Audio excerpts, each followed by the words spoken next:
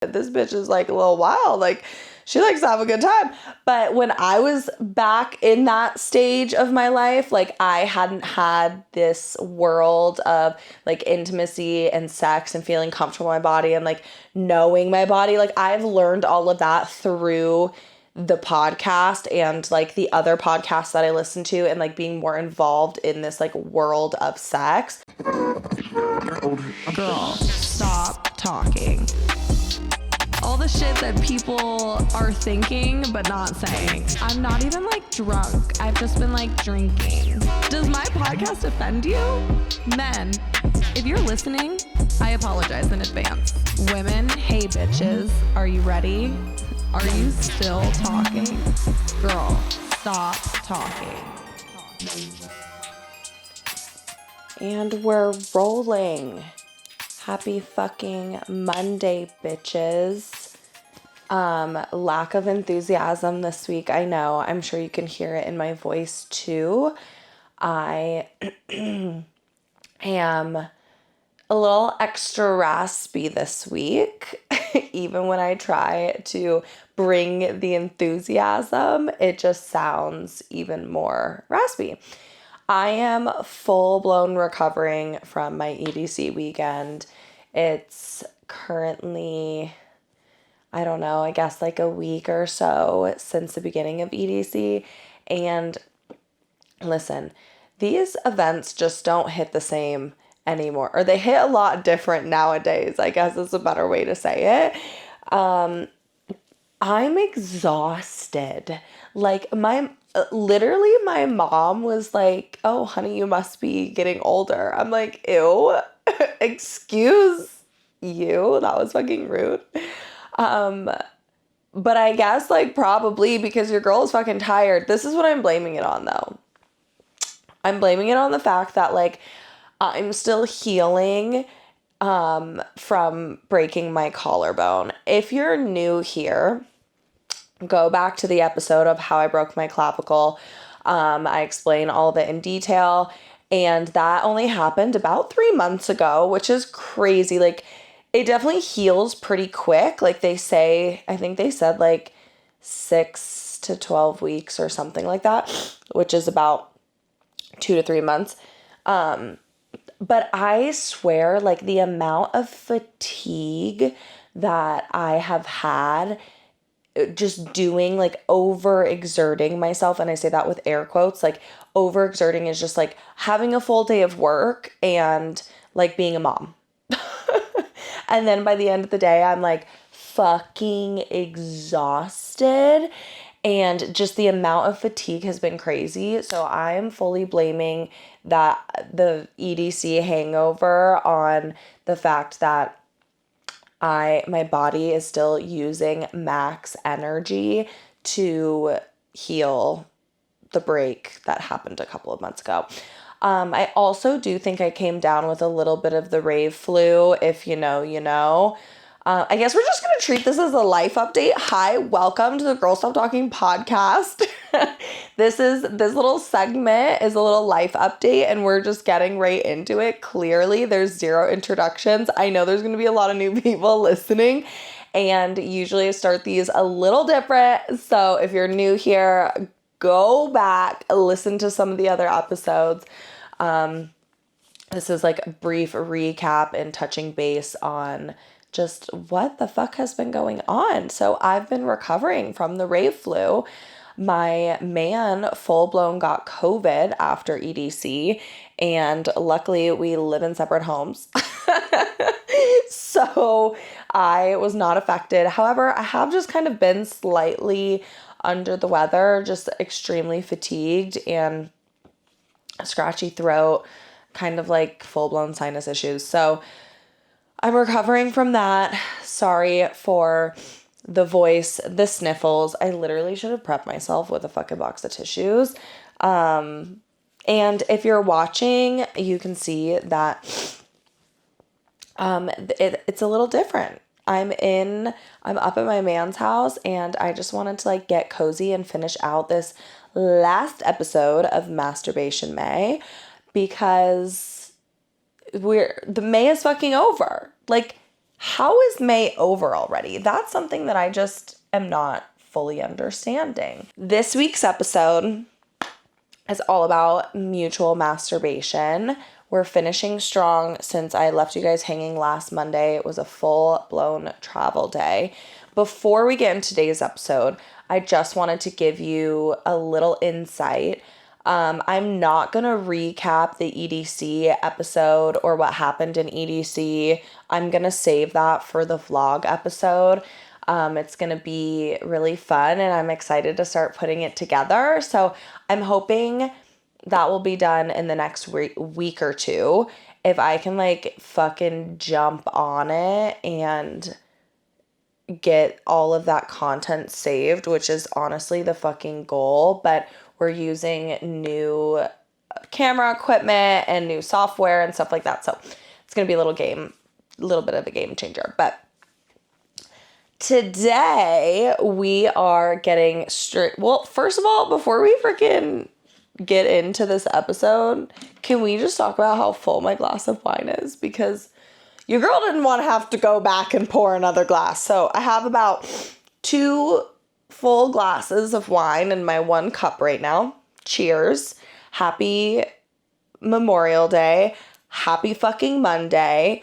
I hope you guys are enjoying your weekend, your holiday weekend. Doing something outside by the pool, hanging out with family. We love it. We love that. I will be right now, will be at the lake. It is the start of the fucking summer. We've been like prepping the boat and getting all of the lake boat stuff ready. And I cannot wait for a hot girl summer because those stories are wild. Okay. So starting today's episode, mutual masturbation. First, I wanted to like talk to you about like what is mutual masturbation. Some people have heard of it, other people haven't.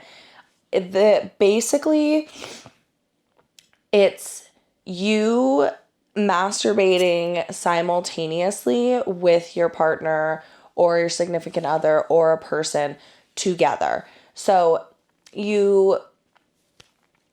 it's masturbation with someone else, but it's you touching yourself. It's you giving yourself pleasure in front of the other person while they're doing the same thing, which I think can sound really fucking scary for a lot of people. And I completely understand that. I think the beauty of obviously having sex and being intimate with someone that you trust and feel safe with is like the goal. If you're just out here living your whole life and letting that freak flag fly, pop off, sis. You can still do this. I know for me, like when I was in that part of my life, I would never feel comfortable enough to be like, oh, let me just masturbate in front of this person I barely know, you know? I mean, that's like, that could be like actually really sexy and kind of freaky. And I think like some guys would be like, holy shit, this bitch is like a little wild. Like she likes to have a good time. But when I was back in that stage of my life, like I hadn't had this world of like intimacy and sex and feeling comfortable in my body and like knowing my body. Like I've learned all of that through the podcast and like the other podcasts that I listen to and like being more involved in this like world of sex. And so that's why I'm really excited to share some of this with you guys. So obviously the goal is having a partner that you feel comfortable doing these things with. Honestly, that should be the goal for all sex. Like if you don't feel comfortable like with your partner or with the person you're having sex with, you probably shouldn't be having sex with them. Or you should be doing like more one-on-one work with yourself to feel more comfortable in your body. And if you're interested in learning a little more about that and you haven't listened to the last 2 episodes of the Masturbation May episode, it is a game changer when you spend that time with yourself and understanding your own pleasure. Because if you're not understanding your pleasure, how are you going to be able to tell someone? Like, what feels good if you don't know. You can't just leave it up to the men, ladies. Like, we can't. This was my problem. Like, I left my pleasure to a man. That's crazy. Like, 2024, what a wild statement. It is, again, I've said this before, hot fucking take, but it is not a man's job to make you come. It's your job to understand yourself and your body and understand your pleasure to be able to guide the man to getting you to completion, because it's complicated. I mean, I'm sure if you're sitting here and you're like, oh, I'm so uncomfortable and I've never masturbated and I just don't know what to do. Like, how do you think that man feels? Like, we just expect these men to know everything. And like, I did, and I'm speaking for myself, I expected men to be like, oh, well, he should know how to make me come. Like, he's a man, duh. Like, he knows how to come, so he should know how to make me come. And like, honestly, it's just not fair. So like, we're going to give him that, okay? But again, like, what a wild statement to be like, it's like you're depending on a man to make you come. No, we're not doing that anymore. So go back, listen to the masturbation episodes. Just getting in tune with your body and your pleasure is gonna lead the way for your sexual experiences. So make sure you schedule time to do so, because the mutual masturbation is definitely, it's a game changer, but yes, it could be uncomfortable. It can feel like way out of your comfort zone to like be doing something to yourself, like pleasing yourself and having someone watch you while you're doing it. It just like kind of adds this like, oh my God, they're watching me. Like, what do I do? Am I making a face? Like, girls, you know, you're like sitting here like, I want to look sexy. I want to feel sexy. If you are rubbing your clit, that man is not going to care about how bloated you are, or like, they're not even going to know. They're going to be like looking at what you're doing and their mind is just going to be like fucking shattering. Like, I know the reoccurring thought that like my man says is he's like, wow. He's like, I'm just so lucky. So having that could even be something that you use to like spice up your night. So another great thing about mutual masturbation is like, if you have questions about like what your man likes, or your guy, or whoever, I'm just saying your man, okay? The guy in your life, or guy, gay, they, we don't care. We're not judging. We're not discriminating, but apply this in whichever way works best for you. Ladies, like, sometimes we don't always know what a guy likes. And if you're not communicating with that person, like, oh, what do you like? Like, that can be fucking weird too. And sometimes we wait until the most uncomfortable moments, which is in the bedroom, which you should not be talking about sex in the bedroom. The sex talk should be happening outside of the bedroom. But a lot of the times that's when we start to feel comfortable because it's happening in the moment.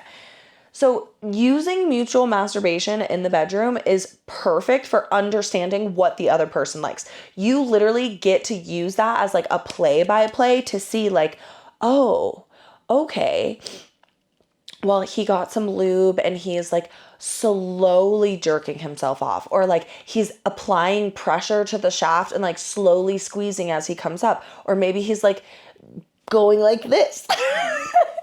I hope you guys watch these because there's a lot of hand flailing, okay? It's like you get to see in real time a play-by-play of like how he likes to stroke his cock, okay? Or if you're watching your girl, you get to see like, oh, well, maybe she doesn't apply all the pressure immediately to her clit. Maybe she's like rubbing other sides of her vulva, or maybe she goes straight to penetration. Maybe she's doing like light tapping. So you get to use that time mutually masturbating together to be able to see exactly how your partner masturbates. Then therefore you can take that information, store it, and use it in your next setting. I mean, this helped me in so many, more than one way, especially when it came to like watching my partner masturbate had helped me give him better head.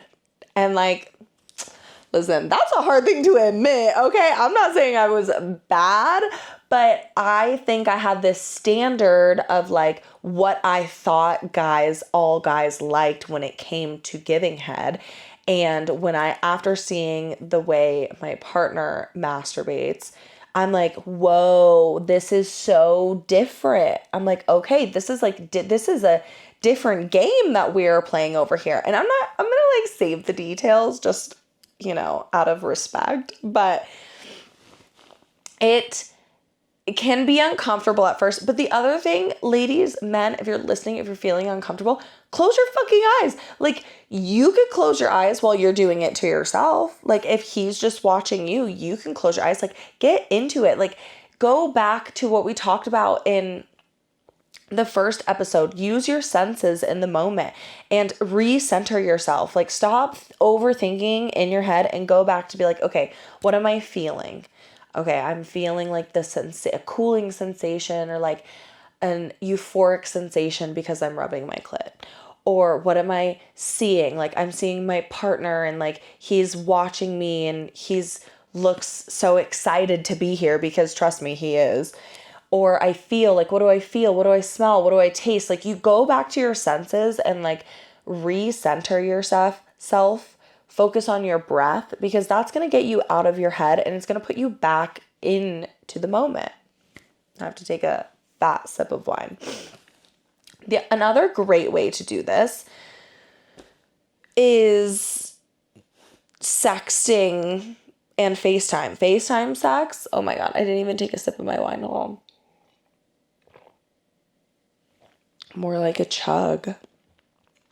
Sexting and FaceTime sex. Sexting can be a whole other fucking episode, which maybe we will get into in the future. If you feel too uncomfortable to do in-person mutual masturbation, why don't you set a fucking phone sex FaceTime date? You have an easy out. You could literally hang up and be like, my phone died. If you feel too uncomfortable, you can just fucking hang up and be like, oh my God, I'm so sorry, my phone died. Like, the moment just went away. Like, now like my cat is calling and I need to feed him, so I can't like get back on the phone. No, I'm kidding.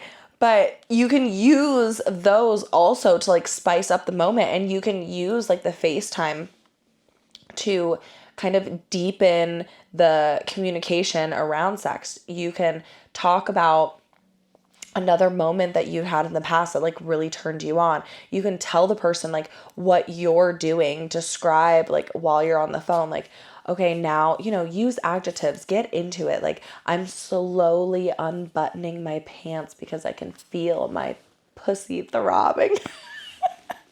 I didn't think I was going to talk about this. I'm so sorry. I'm not trying to laugh. This is not one for the children. Okay. It never is, but I hope you're not listening to this in the car ride in the morning.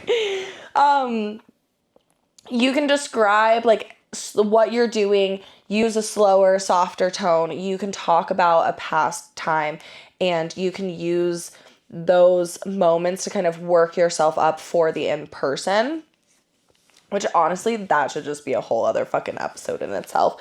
And it got me a little excited. Okay.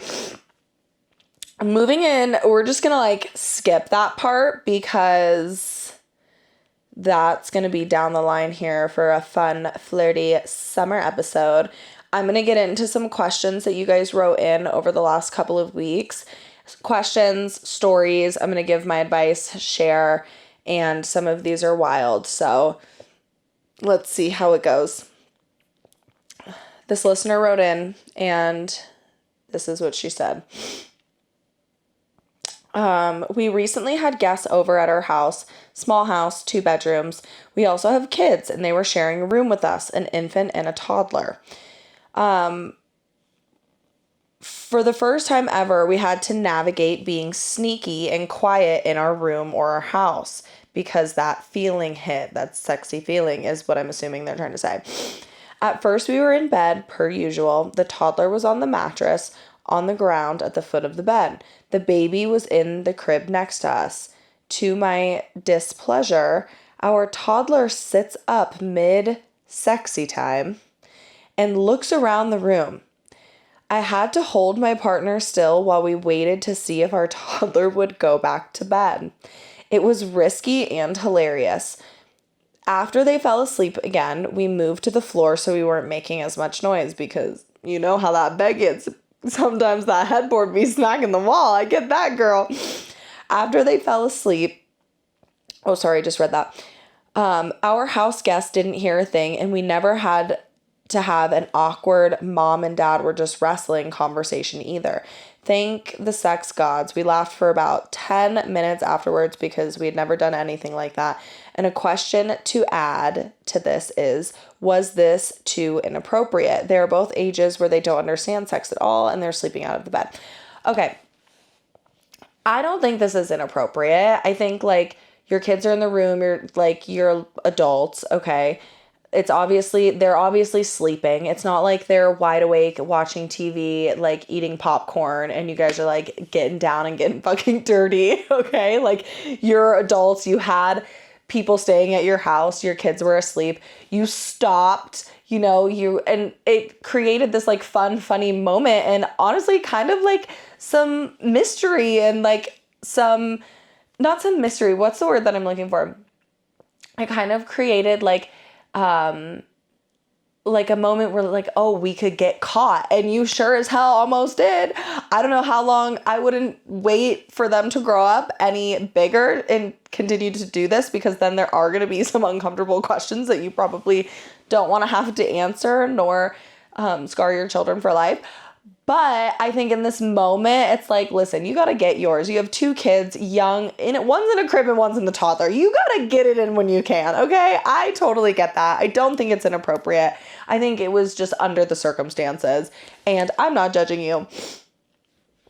Let's go on to the next. That one was fun. There was one time, this was one of the stories I was going to share in the last episode, one of the last episodes. There was one time, I don't know why or what it is, but like I've been like really trying to understand when I am my most horny. And like for a long time it was at night, because I would be drinking, I would have a couple drinks, a couple glasses of wine, and I'm like, okay, yeah, I want to fuck. I'm not a fucking morning person. I'll tell you that right now. Like morning sex has never been a thing for me. I just like feel gross. I'm sleepy. I don't want to get up in the morning. And then what started happening was like I also became like I didn't want to have sex at night either. So then I'm like, when the fuck am I supposed to be having sex? And I don't know if anyone else feels this way, but women, you'll have to like write in, let me know, send me a DM. I feel like I am my most horny during the fucking day, like in the middle of the day, in the afternoon, and I'll like make a comment to my partner and be like, yeah, like whatever the comment is, like we should like go fuck, or like I'm fucking horny, or like don't come over here like that. Why are you looking at me? You're always fucking looking at me. But obviously like we have fucking kids, like it's daylight outside, the children are around. It's having sex during the day is a lot harder. Like having it at night is so much easier because like everybody's in their own place or they're asleep.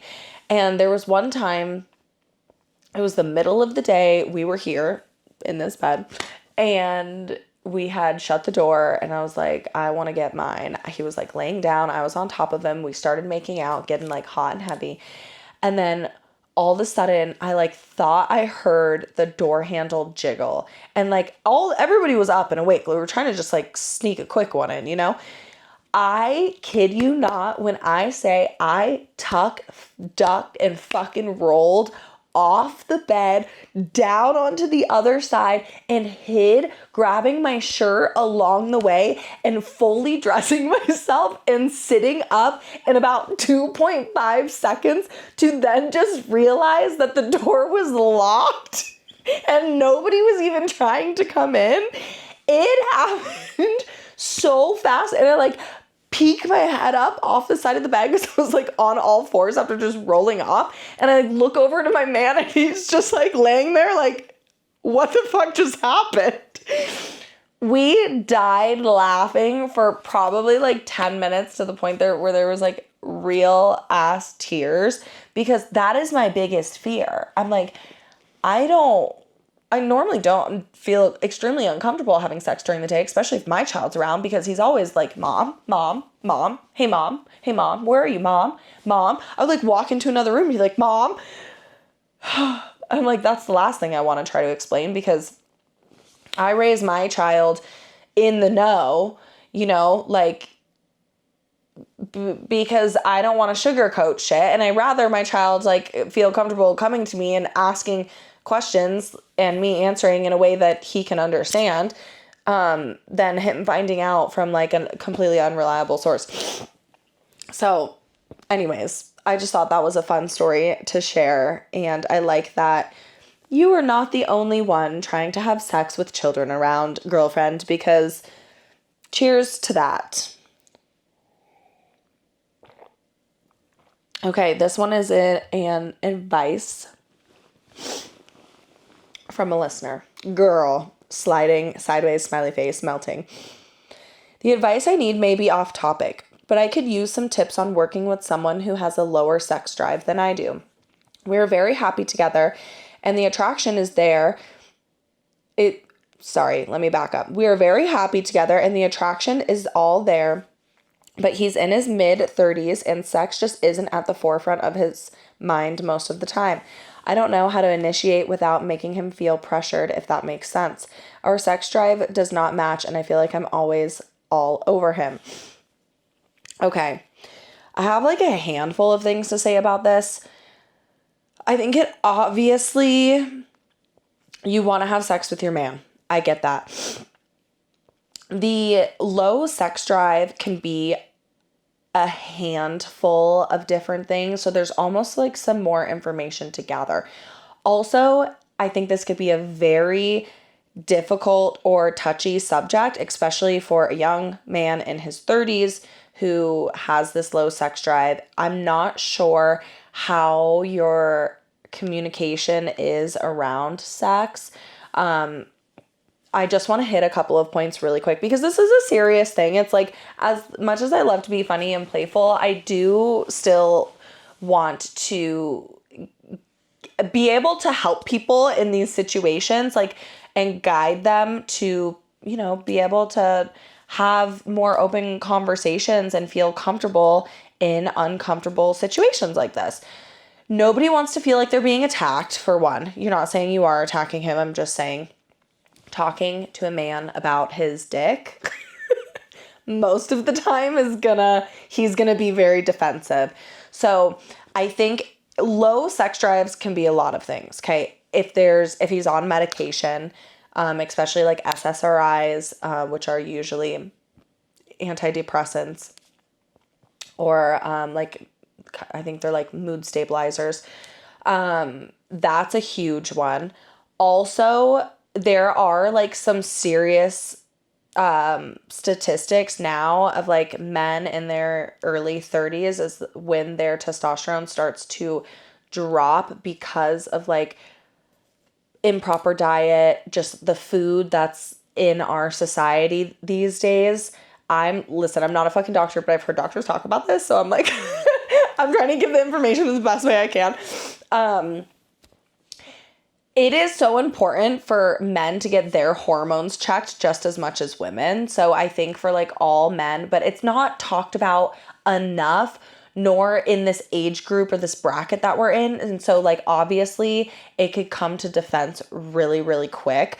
But I do think that down the road, maybe that's a conversation that you guys could have together of like, well, maybe he needs to go get his hormones checked to see like his levels of testosterone, to see like because if they're low, that's going to be the number one reason why he has a low sex drive, if they are low. But that's like a completely different conversation. I think where you're at sounds like you're at the forefront, like first stop of opening up the conversation around sex. I think this is something that's super important, and you should come at it in a way where like you're curious and you're like lighthearted and you like just genuinely want to know, because your end goal is like, I love this person and I want more of them. Like, that's not a bad thing. So this conversation doesn't have to be a bad one. And I think you can just try to sit down and be like, hey, I'd really like to, open up the conversation around our sex life. I feel like it's not something we've really talked about, and I'm intrigued to like understand and know more about, the things that you like, the things that you don't like. And I want to be able to have more of you. And you just come from like an honest place where you're not attacking, you're not saying like, you do this, you do that, or you don't fuck me enough. Like, you don't want to put someone on the defense. So I think having a conversation outside of the bedroom where you guys are on a date, or like having a fun flirty moment, or you have some time to yourselves and you just say something like, hey, I've really been thinking a lot about our sex life and I would love to be able to spend more intimate time with you. And I feel like we haven't done that lately.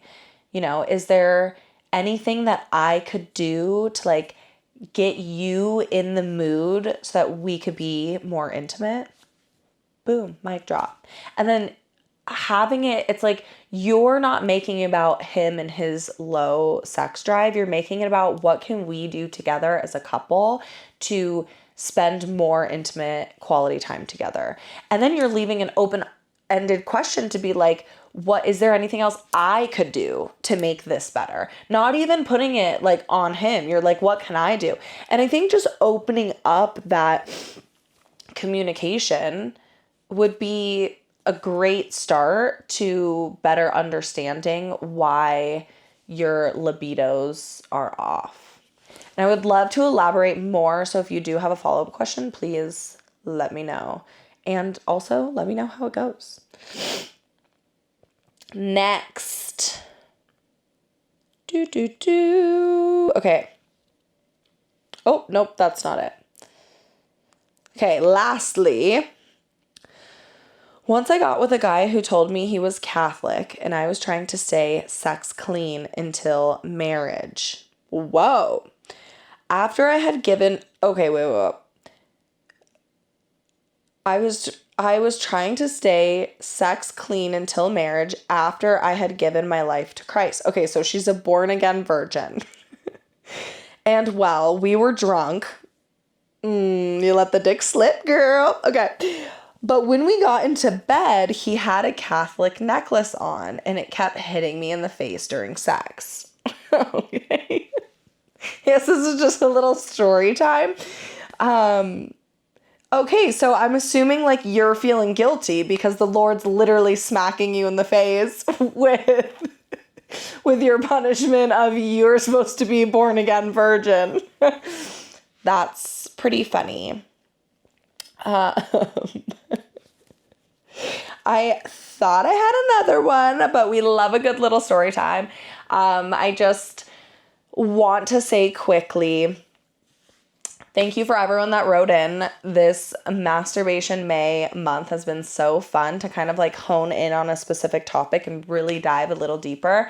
I would love to go into more, sex advice questions and conversations on, breaking down those uncomfortable topics and talking to a partner.